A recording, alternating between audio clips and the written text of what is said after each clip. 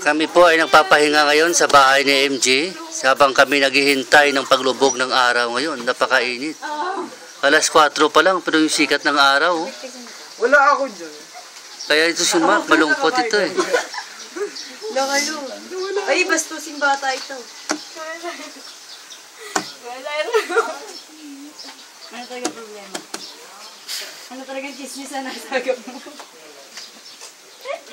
Oh. Oh, tuwan-tuwa. Itong mga kanina sa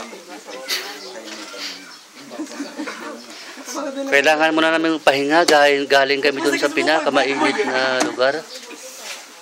Tingnan mo, nakaupo ako rito. Pinagpapawisan ako. Kasi ang hangin, sa ibang daan siya ano eh.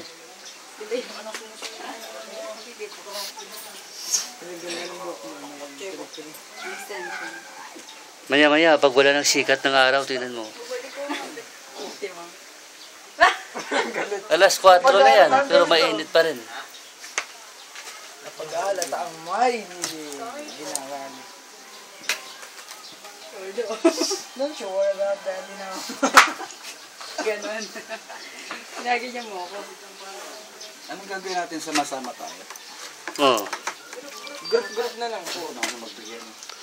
Para yung iba na lumakas ang loob. Kailangan po paano. Manghihiram tayo ng mukha sa iba eh.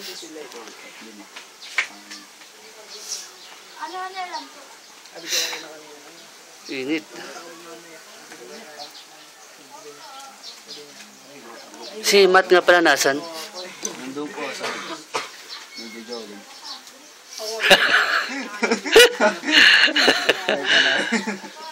Hindi maganda. Nagawa na siya ng research. Ayan ang problem.